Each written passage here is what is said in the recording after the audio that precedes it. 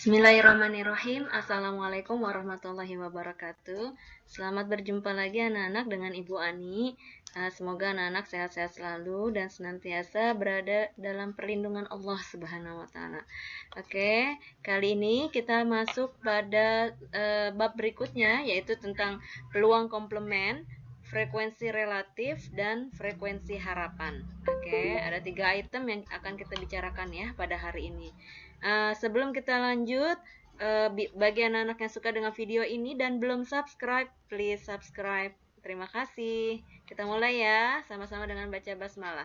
Bismillahirrahmanirrahim. Nah, kita akan bahas dulu sebelum tentang peluang komplement, yaitu tentang kisaran nilai peluang. Nah, banyak sudah contoh dan soal yang memperlihatkan nilai peluang suatu kejadian. Jadi, anak-anak kalau kita perhatikan, ternyata nilai peluang yang diperoleh tersebut itu nilainya berada di antara 0 sampai 1, ya. Kalau kita perhatikan, nilai-nilai peluang dari sebuah kejadian itu nilainya berada di antara 0 sampai 1.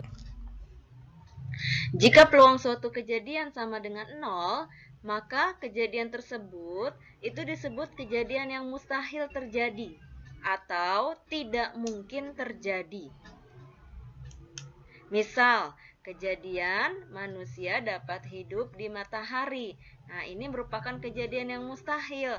Maka peluang manusia hidup di matahari itu nilainya sama dengan 0.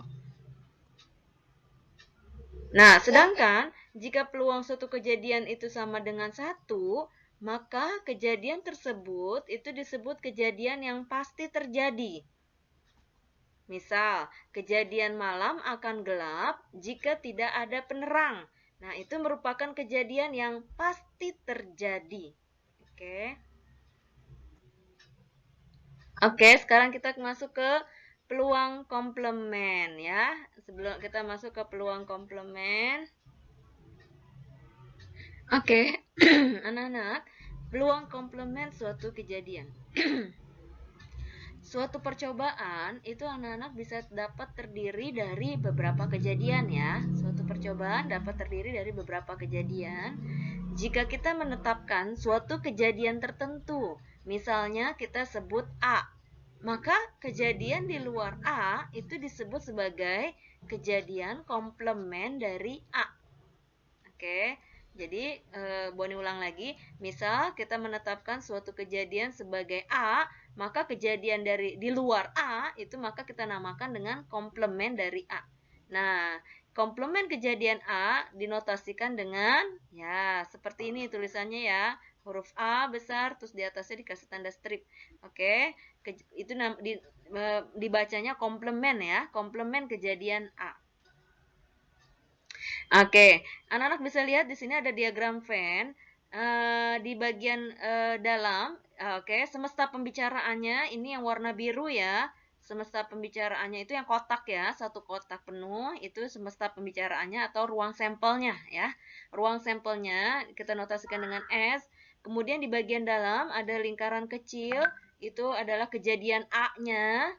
Oke, di bagian dalam itu ada lingkaran kecil, itu adalah kejadian A-nya. Nah, di luar dari kejadian A-nya ini berarti masih dalam semesta pembicaraannya yang warna biru itu adalah A komplement ya. A komplement. Nah, anak-anak bisa lihat berarti gabungan kejadian A dengan komplement kejadian A itu sama dengan ruang sampel ya. Jadi, gabungan dari A, kejadian A dengan kejadian di luar A itu jadilah ruang sampel ya. Oke. Misal ya, pada percobaan pelemparan sebuah dadu. Ruang sampelnya kan jelas 1 2 3 4 5 6 ya. Nah, misal A itu adalah kejadian muncul mata dadu kurang dari 3. Oke, A adalah kejadian muncul mata dadu kurang dari 3. Anak-anak berarti bisa sebut A-nya siapa saja kalau mata dadunya kurang dari 3. Ya, betul. Anggota kejadian A adalah 1 dan 2. Betul sekali. Anggota kejadian A adalah 1 dan 2 karena dimintanya kurang dari 3 ya. Nah, berarti kejadian komplement A, kejadian yang bukan A, berarti kalau gitu siapa? Ya, betul. Selain 1 dan 2. Gitu ya. Jadi, Boni ulang ya. A adalah kejadian muncul mata dadu kurang dari 3. Mata dadu kurang dari 3 kan isinya hanya 1 dan 2. Maka anggota kejadian A adalah 1 dan 2. Berarti kalau ditanya, siapa anggota kejadian bukan A? Anggota kejadian bukan A berarti isinya 3, 4, 5, dan 6. Seperti itu. Nah, sekarang kalau kita mau menentukan nilai peluangnya, maka peluang kejadian A berapa? Ya, betul. NK-nya 2, NS-nya 6, maka peluang A-nya adalah 2/6. Sedangkan peluang kejadian bukan A alias komplement A berapa? Peluang komplement A. Lihat, N komplement A-nya ada 4. 3, 4, 5, 6, berarti banyaknya ada 4. Berarti NK-nya 4, NS-nya 6, maka peluang komplement A-nya adalah 4/6. Ya, betul sekali. Nah, kita tulis seperti ini. Peluang kejadian A adalah 2/6 dan peluang komplement A adalah 4/6.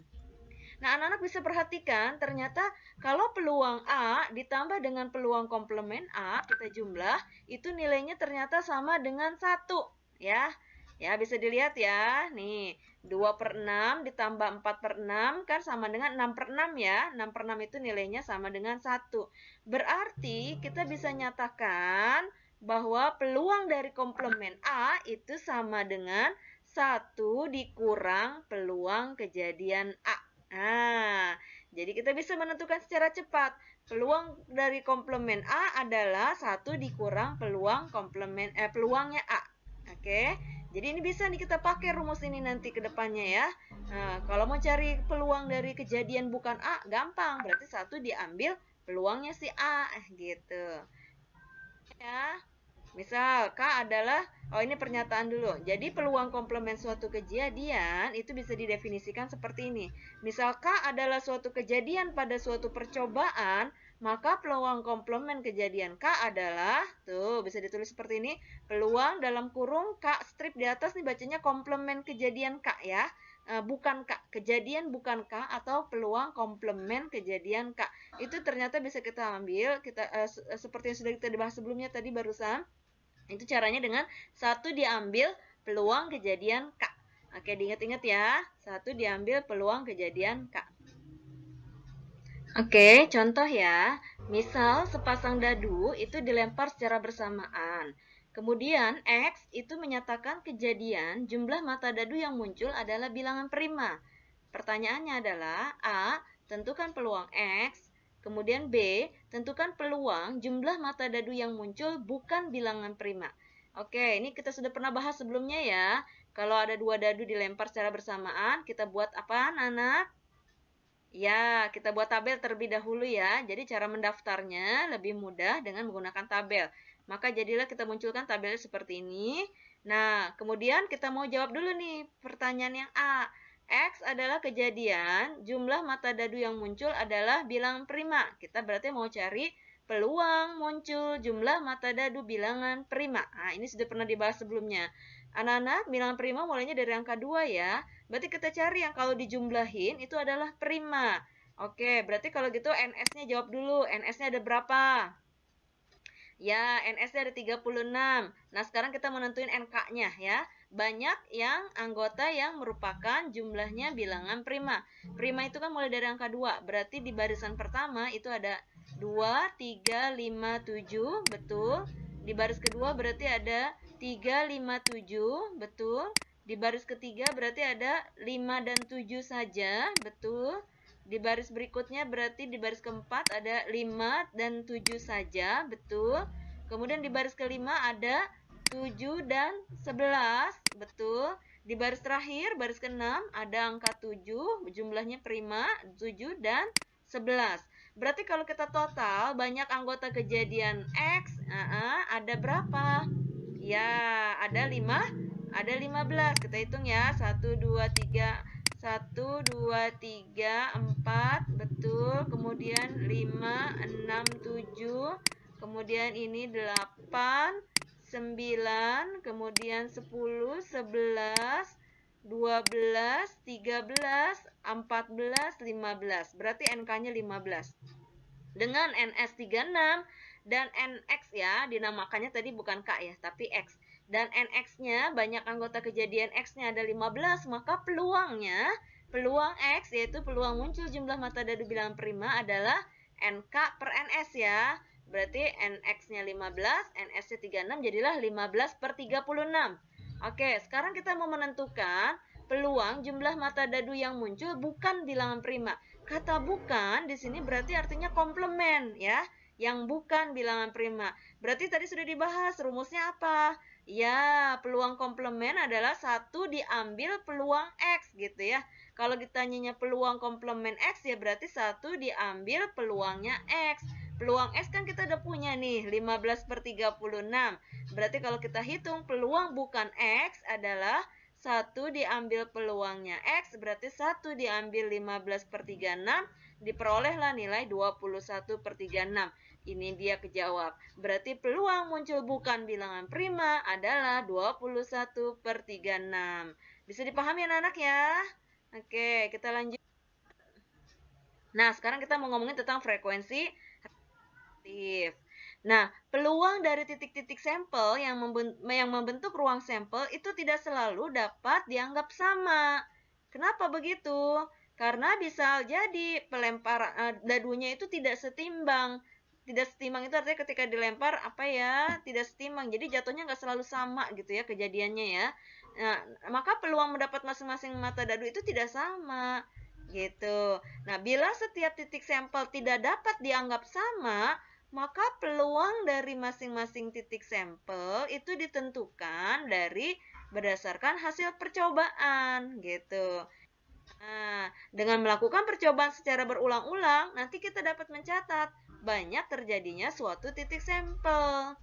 Nah, peluang dari titik sampel adalah hasil bagi dari banyaknya terjadinya titik sampel dengan banyaknya percobaan. Jadi peluang dari setiap titik sampelnya itu adalah hasil bagi dari banyak terjadinya titik sampel dengan banyak percobaan. Nah, metode mendapatkan peluang seperti ini dikenal sebagai definisi peluang berdasarkan frekuensi relatif. Ingat ya, karena kasusnya dadunya tidak setimbang, uang logamnya juga tidak setimbang. Seperti itu. Nah, misal contoh seperti ini. Sebuah dadu itu dilempar sebanyak 30 kali dan mata dadu yang muncul dicatat dan hasilnya disajikan pada tabel berikut ini. Karena hasilnya tidak setimbang, jadi munculnya beda-beda. Nah, dicatat nih percobaannya nih. Mata dadu 1 munculnya 4 kali, mata dadu 2 munculnya 3 kali, mata dadu 3 munculnya 6 kali, mata dadu 4 munculnya 7 kali, mata dadu 5 munculnya 5 kali, mata dadu 6 munculnya 5 kali. Nah, ini kan dari 30 percobaan ya. Coba kalau kita hitung kan berarti ada frekuensinya itu 4, 3, 6, 7, 5, 5 itu jumlahnya 30 kali percobaan. Nah, misal pertanyaannya tentukan frekuensi relatif atau peluang dari muncul mata dadu 3. Itu pertanyaannya A. Kemudian ditanya juga frekuensi relatif peluang dari muncul mata dadu 4. Oke, kita jawab yang A dulu. Banyak percobaannya kita sudah hitung tadi ya. 4 tambah 3 tambah 6 tambah 7 tambah 5 tambah 5 hasilnya 30. Kita hitung berarti banyak terjadinya muncul mata dadu 3 pada percobaan itu kan 6 kali ya. Banyak terjadinya muncul mata dadu 3 kan sama dengan 6. Maka frekuensi relatif munculnya mata dadu 3 caranya menghitungnya adalah 6 per 30 ya. Jadi banyak terjadinya percobaan dengan banyaknya semua percobaannya. Tadi yang sudah disebut di sebelumnya ya. Cara mencari frekuensi relatif seperti itu. Jadi 6 dibagi 30. Karena banyak percobaannya tadi dilakukan sebanyak 30. Oke, sekarang kalau kita mau cari frekuensi relatif peluang dari munculnya mata dadu 4, berarti kita lihat berapa banyaknya terjadi titik sampel si 4 itu. Ada berapa kali? Oh, 7 kali. Oh, berarti kalau gitu nanti 7 dibagi, iya, 7 dibagi 30. Karena banyak total percobaannya ada 30. Jadi banyak terjadinya muncul mata dadu 4, berdasarkan titik sampel 4, itu banyaknya kan sama dengan 7. Maka frekuensi relatif peluang muncul mata dadu 4-nya adalah 7 per 30. Itu cara menentukan frekuensi relatif ya. Peluang dari setiap titik sampel jika percobaannya itu pada kasus-kasus yang tidak setimbang. Nah, sekarang kita masuk ke frekuensi harapan. Nah, jika percobaan dilakukan berulang-ulang, itu maka kita dapat mengharapkan berapa kali suatu kejadian dapat terjadi.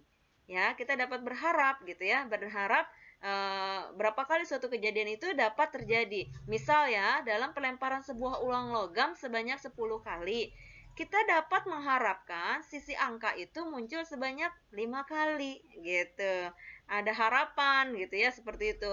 Nah, harapan banyaknya suatu kejadian muncul atau berhasil pada percobaan yang dilakukan berulang-ulang itu disebut dengan frekuensi harapan ya. Banyaknya harapannya ya, banyak harapan kejadian itu muncul ya. Banyak harapan itu muncul. Nah, jadi definisi dari frekuensi harapan, jika suatu percobaan itu dilakukan sebanyak N kali dan peluang kejadiannya K adalah P dalam kurung K, maka frekuensi harapan munculnya kejadian K itu dapat dihitung dengan cara peluangnya berapa kali N banyak percobaannya. Gitu, seperti itu. Contoh tadi uang logam, percobanya 10 kali. Kita dapat mengharapkan muncul sisi angka, kan peluangnya setengah tuh kalau sisi angka, berarti setengah kali banyak percobaannya. Banyak percobaannya 10, berarti kan setengah kali 10 berarti 5. Berarti kita bisa mengharapkan muncul sisi angka itu sebanyak 5 kali dalam percobaan kita yang sebanyak 10 itu. Seperti itu ya. Oke, misal sebuah dadu itu setimbang dilempar sebanyak 30 kali. Tentukan frekuensi harapan munculnya mata dadu 3. Nah, berarti pertama kali kita harus cari dulu peluang muncul mata dadu 3. Seperti itu. Nah, pelemparan dadunya setimbang, maka peluang muncul mata dadu 3 berarti 1/6. Ya kan? Mata dadu 3 kan NK-nya 1. Kemudian NS-nya 6. Berarti 1/6.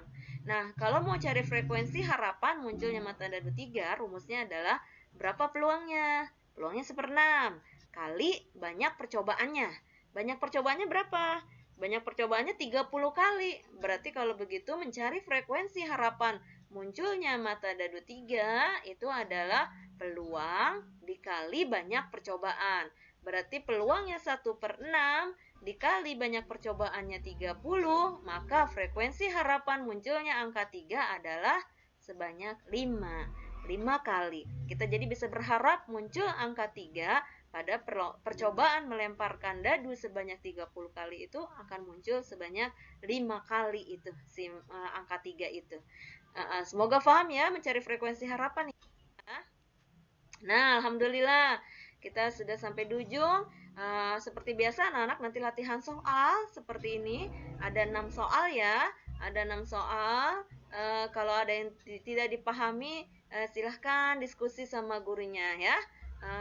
Semoga ilmunya bermanfaat. Ada 6 soal, seperti biasa nanti upload ke GC ya. Ada 6 soal. Semoga ilmu hari ini bermanfaat. Anak-anak bisa praktis sendiri, latihan soal sendiri. Mohon jangan menjiplak ya. Ingat teori kita adalah teori ATM. A. Amati, T. Tiru, M. Modifikasi. Sebisa mungkin kita menjiplak karena paham ya. Jangan cuma sekedar mindahin catatan.